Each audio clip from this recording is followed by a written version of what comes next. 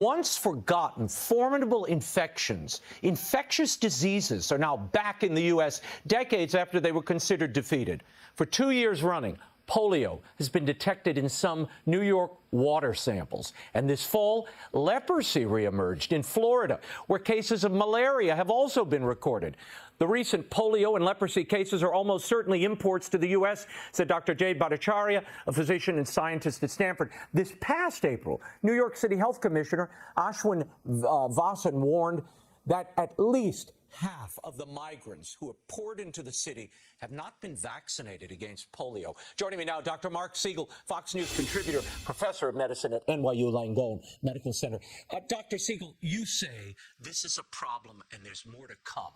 What could we be seeing in the new year as a result of this? This is a frightening problem, and I've talked to Dr. Ashwin Vasan about this, the New York City Health Commissioner. It's not just New York City. That's just 100,000. I know we're sitting here in New York, but 7.5 million migrants coming across illegally into the United States under President Biden. Listen, when we left Afghanistan disastrously, 90,000 migrants came here. You know what's endemic in Afghanistan? What? Polio. And you just heard that half of the migrants, most of them pouring across the border, not vaccinated against polio.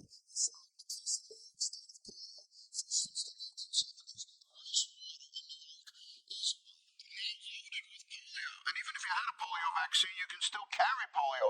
I look at history through a medical lens, and I grant that this is a national security emergency at the border, but it's also a public health emergency. Tuberculosis, Raymond.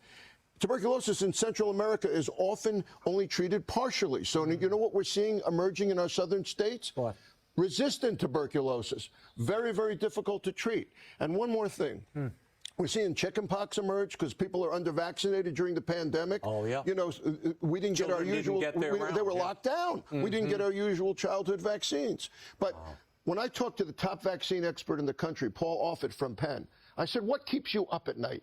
I thought he was going to say a bioengineered virus, right? Like maybe this one. Or maybe a new virus or a flu or something. He said, measles keeps me up at night. Measles. Because 22 million children in the world were not vaccinated fully against measles last year. And we're not checking anybody coming across the border. We're not checking When anybody. your grandparents and mine came, they vetted them for everything. Now these people come in. We don't know what they have, who they are, where they came from, nothing. Dr. Siegel, we will leave it there. They felt my grandfather for tuberculosis in the neck, and then they let him in 3 days later. Now they come pouring in past the fences. This is not sustainable, and it's a health crisis in the wings. Thank you, Dr.